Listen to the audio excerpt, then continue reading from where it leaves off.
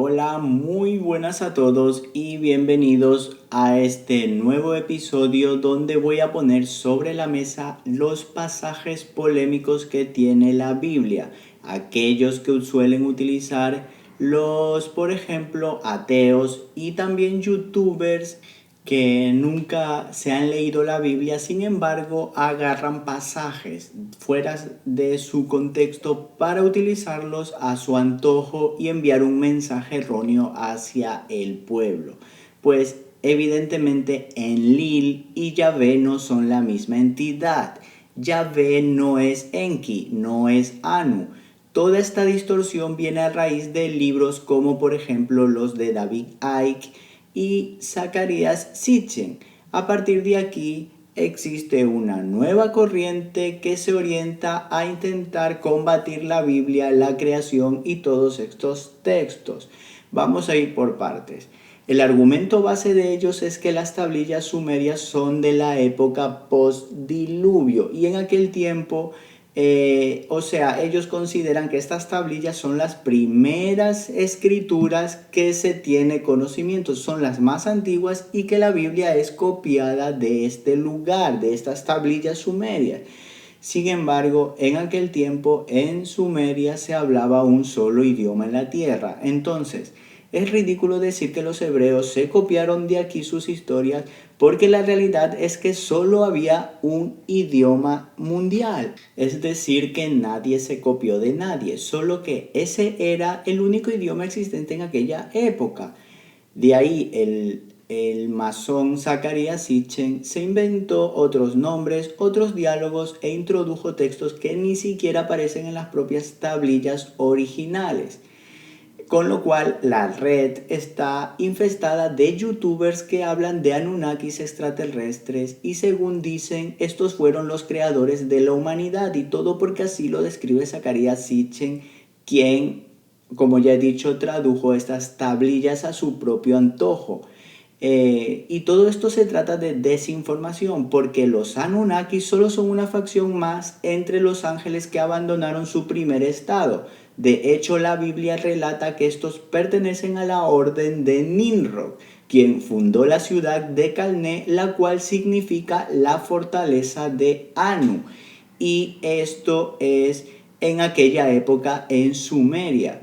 Dice Génesis 10:10, Nimrod, poderoso cazador contra el Señor, y el comienzo de su reino fue Babel, Erech, Akkad y Calnet en la tierra de Sinar. Sinar es Sumeria. Y uno de sus reinos, de los lugares que fundó Nimrod se llama Calné.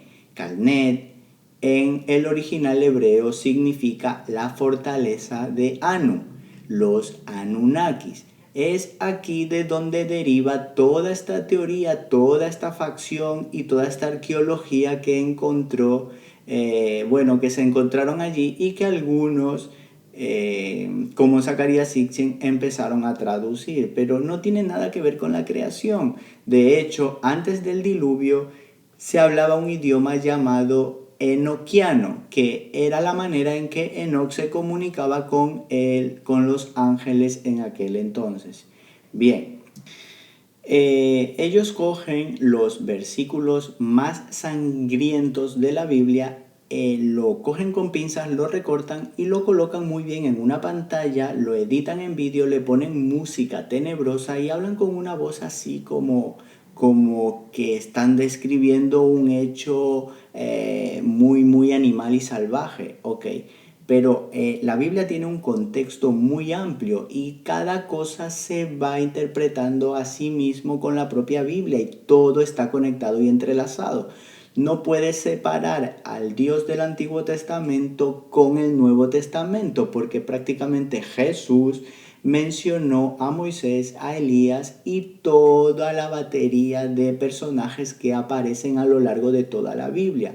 De hecho, ellos iban con una Torá entre sus brazos y era lo que predicaban en el Evangelio en aquel momento. Entonces no podemos separar esa conexión que existe en toda la Biblia, donde el eje central es el Mesías.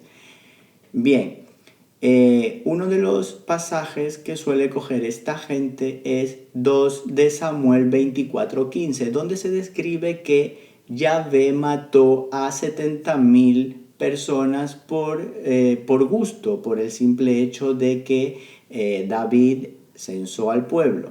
Pero bien, vamos al contexto. Dice 2 de Samuel 24:1 que la ira de Yahweh se encendió contra el pueblo. Sin embargo, en Primera de Crónicas 21:1, donde se narra este mismo suceso, se detalla que fue Satanás quien incitó a David para realizar este censo. Por lo tanto, estamos viendo que existe una contradicción bíblica en un mismo hecho, donde aquí participó la pluma mentirosa de los escribas que se relata en Jeremías 8:8. Y para ser honestos, la propia Biblia te relata cómo existe una intervención de un infiltrado, de un ente que va manipulando en ciertos códigos y leyes al propio pueblo. Sin embargo, el Mesías Jesús vino a corregir todas estas tendencias o inclinaciones paganas que tergiversaban la propia identidad del amor y la misericordia que el Dios Padre Creador tiene para nosotros, el cual Jesús es esta prolongación del Dios Padre, la encarnación de la Torá, y por eso es el verbo hecho carne. Bien, dice Primera de Crónicas 21. Pero Satanás se levantó contra Israel e incitó a David a que hiciese censo a Israel. Este es el mismo pasaje, es la misma narrativa de 2 de Samuel 24 que estábamos diciendo hace un momento. Entonces vemos cómo existe una contradicción dentro de la propia Biblia debido a la mano negra de la pluma mentirosa de los escribas. Estos escribas son los ceneos. Hice otro vídeo donde hablaba exclusivamente de esta estirpe. Los ceneos son la tribu de Caín. Pero podemos apreciar que este argumento sobre 2 de Samuel 24:14 no es válido, es una falacia. Quien lo utilice no lee la Biblia ni entiende sobre teología. Podemos apreciar que en Crónicas se rectifica y que es Satanás quien ordena a David realizar este censo, y más adelante la cosa se tuerce y sucede esta masacre de 70,000 hombres. Ok, vamos con otro pasaje que esta gente utiliza. Es Éxodo 32:26. Y esta es otra falacia porque se saltan todo el contexto nuevamente. Pero cualquier lector de la Biblia sabe que el capítulo de Éxodo 32 es uno de los sucesos más blasfemos entre los relatos bíblicos que existen. Aquí es cuando Moisés asciende al monte Sinaí para que Yahweh le hiciera entrega de las tablas del testimonio y las leyes supremas. En este lapso de ausencia de Moisés en el campamento del pueblo que había salido de Egipto en aquel momento, entre ellos habían unos infiltrados de la simiente de Faraón, o sea, la simiente de la serpiente. Y fueron ellos quienes incitaron a Aarón y persuadieron al pueblo a que diseñaran un becerro de oro, al cual le ofrecieron ofrenda y cayeron en el horror de la idolatría. Desde luego, un acto blasfemo en cualquier regla. Un acto de infidelidad divina a la que Yahvé, lleno de ira, intentó intervenir, pero Moisés suplicó y oró a Dios para que no derramara su ira sobre este pecado tan terrible que estaba cometiendo el pueblo. De inmediato, Yahvé redujo su ira y no puso su mano de castigo sobre el pueblo. Pero sin embargo, el propio Moisés, como líder del campamento, no se quedó con los brazos cruzados y al bajar tomó medidas drásticas para que esta situación no vuelva a suceder. Moisés convocó a los fieles hijos descendientes humanos para acabar a filo de espada con los instigadores egipcios, promotores de construir un becerro de oro para sustituir a Yahvé y confundir al pueblo descendiente de Abraham, Isaac y Jacob. En esta escena murieron cerca de 3.000 hombres a causa de un combate muy sangriento entre los hijos de Dios y contra los hijos infiltrados de la simiente de la serpiente. Pero como puedes ver, existe un contexto dentro del pasaje, existe una intrahistoria que hay que analizar y expresar para que la gente tenga el mensaje completo. No puedes recortar este pasaje donde dice que Dios o Moisés, porque le dio la gana, fueron y mataron a 3.000 hombres de su campamento. Éxodo 32 es uno de los hechos más blasfemos que existen en la Biblia. Vamos por más, porque son muchos los argumentos que he podido ver en los vídeos que estos youtubers emiten para intentar entender y meterme en sus mentes y ver hacia dónde quieren ir exactamente. Y lo único que he comprobado es que no leen en absoluto la Biblia. Dicen ellos que Dios mandó a matar a los amalecitas pues por simple disfrute y deporte. Pero no es así porque Amalek es cabeza de las naciones y al final perecerá. Así lo describe la propia Biblia. Y Amalek pertenece a la línea consanguínea edomita. Números 24:20 así lo demuestra. Este es nieto de Esaú, quien es conocido como Edom, que significa rojo. Por ello, los Rothschild, o como se pronuncie, ellos gobiernan toda la mafia bancaria, pues su nombre se traduce como escudo rojo, ya que son edomitas o falsos judíos, sinagoga de Satanás. Entonces comprobamos nuevamente que este argumento sobre los amalecitas y su masacre es otra falacia, ya que la Biblia en el Antiguo Testamento describe una guerra entre dos simientes y Amalek viene por la rama de los cananeos. Bien, otro argumento que utilizan son los pasajes del Código Penal mosaico. Por ejemplo, en Deuteronomio 22:13, ellos dicen que Yahvé odia a la mujer, pero esto no es así. Lo que sucede aquí es que hubo una mano negra que introdujo leyes extrañas de origen muy raro que nada tienen que ver con Yahvé, y es por ello que Jesús el Mesías dijo en el famoso pasaje donde iban a apedrear a una ramera, el que esté libre de pecado lance la primera piedra. Y con esto estaba corrigiendo un error de base en el código mosaico, aludiendo que un infiltrado oscuro con su mano negra incluyó estas leyes extrañas, las cuales el Mesías corrigió sin ningún problema. Por lo tanto, prohibió cualquier método de lapidación ante la mujer y ante cualquier persona.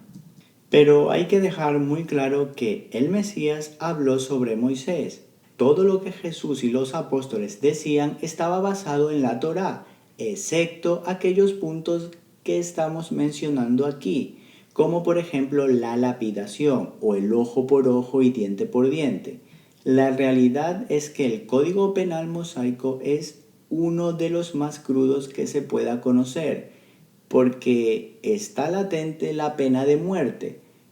Pero yo quiero hacer hincapié que porque un código penal tenga incluido la pena de muerte como sentencia, no tiene nada que ver con creer en un Dios cruel o malvado, pues hoy tenemos países que aplican la pena de muerte ligeramente por cualquier cosa, y estos países son considerados del primer mundo, países muy desarrollados, y además copiamos su cultura. De hecho, todos sueñan con ir a Estados Unidos para cumplir con el sueño americano. Sin embargo, en su código penal existe la pena de muerte, pero acá todo bien, no pasa nada. Sin embargo, el argumento crítico contra la pena de muerte en la Biblia solo es una excusa para desvirtuar un plan maestro y perfecto donde obviamente se incluyen leyes de convivencia, alimentación, entre otras. Un gran ejemplo es Singapur. Es uno de los países más exitosos a nivel social y cultural, así como económico gracias a su estricto código penal. La pena de muerte solo es una herramienta de estricto control que, dependiendo desde qué perspectiva lo veas, te parecerá mejor o peor. Pero estos niños youtubers anunnakis que monetizan sus vídeos te ponen imágenes con músicas de misterio de fondo y luchan contra la Biblia a toda costa, porque no la leen y están cegados y fanatizados. Pero vamos por más, ya que otro argumento muy utilizado por ellos es Segunda de Reyes 2:23, donde Eliseo se enfrenta con 42 muchachos, los cuales maldice y un oso de repente aparece y los mata. Ellos ven esto como un acto muy sangriento, muy criminal por parte de Yahvé. Entonces vamos y analicemos. Eliseo estaba viajando de Jericó a Betel, cuando de repente un grupo de muchachos lo acosaron verbalmente y viendo el número 42 se denota aquí que es una gran cantidad de muchachos que posiblemente era un grupo muy bien organizado el cual había salido a retar a Eliseo. El pueblo más cercano en aquel recorrido era Jericó. Entonces de este pueblo es donde vinieron estos 42 muchachos. Jericó es un lugar donde Josué encontró gigantes caníbales que comían a los humanos. Es decir, Jericó era un feudo de la simiente de la serpiente y de los ángeles caídos en toda la historia bíblica. Entonces Eliseo profirió maldición contra esta pandilla de 42 sujetos. Es decir, que Eliseo hizo exactamente lo mismo que Dios cuando maldijo a Caín y cuando maldijo a Canaán. Además, cabe recalcar que en ningún momento los textos dicen que Yahvé matará a estos niños, sino que fue una defensa natural dentro de la guerra terrenal que existe entre la simiente humana y la simiente de la serpiente. Vemos nuevamente cómo la desinformación bíblica está a la orden del día, pues la ignorancia teológica de algunos individuos fanáticos de la nueva era quieren desprestigiar al Dios de la Biblia sin haber leído la Biblia. Pero bien, vamos con el último argumento que ellos utilizan muy frecuentemente y es referente a las matanzas contra los filisteos y todas estas tribus vecinas que Israel tenía, y también sobre los sacrificios de animales. Bien, la simiente de la serpiente está caracterizada por los descendientes de Caín, está compuesta por los descendientes de Caín y Canaán. Siempre hay una guerra entre estas dos simientes, por lo tanto estamos hablando de un conflicto bélico entre dos especies, la humana contra la descendencia de estos seres híbridos procedentes de Caín y su padre que es Satanás, su padre biológico. Por otro lado, los sacrificios de animales, cuando vemos que algo no es muy coherente en la Biblia, como por ejemplo estas matanzas de cientos de animales en un solo día, donde supuestamente dicha liturgia ha sido ordenada por Yahweh, entonces debemos asistir a otros libros para verificar si esto efectivamente es así. Y es sorprendente ver cómo la Biblia se revela a sí mismo. Dice en Números 11 lo siguiente: la gente extraña que se había mezclado con los israelitas sintió ansia de comer, y los propios israelitas lloraban diciendo: ¿quién nos proporcionará carne para comer? Bien, vemos que comer carne no es lo más recomendable. De hecho, esta costumbre tiene su origen en los extraños, como acabamos de ver en el pasaje anterior. Estos extraños son miembros de la simiente de la serpiente cuando el pueblo de Israel fue sacado de Egipto y llevado al desierto. Aquí hubieron muchos infiltrados de los faraones que intentaban distorsionar y hacer regresar al pueblo a Egipto, hacerles recordar siempre que en Egipto estaban mejor, Fue lo que sucedió con el becerro de oro. Igualmente aquí son ellos y sus costumbres de comer carne las que conducen siempre esta tendencia. Por lo tanto, podemos comprobar que Yahvé no es Enlil, ni Anu, ni Enki, y que cuando Salomón realiza un sacrificio de 22.000 bueyes y 120.000 ovejas, no es porque el Dios de Abraham, Isaac y Jacob se lo haya ordenado, ni porque éste sea un extraterrestre cruel y manipulador, ya que dice Jeremías 7:22 lo siguiente: porque no hablé yo con vuestros padres, ni nada les mandé acerca de holocaustos y de víctimas el día que los saqué de la tierra de Egipto. Podemos ver cómo hay una corrección en Jeremías 7:22. Jeremías es un libro profético donde Dios se le revela a Jeremías y éste empieza a escribir este libro. Por lo tanto, podemos apreciar lo siguiente. El punto 1 es que Salomón obedecía a otra entidad, no a la entidad del Dios de Isaac, de Jacob y de Abraham. Dice Salmos 50:12: si yo tuviese hambre, no te lo diría a ti, porque mío es el mundo y su plenitud. ¿He de comer yo carne de toros o de beber sangre de machos cabríos? Así dice Salmo 50:12, escrito en otra época por el rey David. Vemos cómo en distintos tiempos, en distintos momentos, se especifica claramente que el Dios de Abraham no requiere de sacrificios, no está interesado en esa porción de la tierra ni practicar estos escenarios muy sangrientos. Entonces estamos descubriendo que en ocasiones un impostor hablaba con Salomón y otros profetas para solicitar estas liturgias sanguinarias. En definitiva, el Mesías vino a poner en orden todas las cosas y a descubrir las falsificaciones de los escribas ceneos y del falso impostor que en algunas veces se manifestaba dentro de el campamento. Y quiero invitarte a que si tienes alguna duda acerca de la Biblia o algún capítulo sanguinario que no puedes entender ni asimilar, que lo dejes aquí debajo en la caja de comentarios para intentar ayudarte y descubrir el contexto bíblico en que se encierra este pasaje y así llegar a la verdad, porque la Biblia es un libro magnífico y todo se conecta entre sí, donde el eje primordial es el Mesías y un proceso de salvación para el rescate del ADN aquí en la tierra. Bueno, sin mucho más, me despido y hasta la próxima.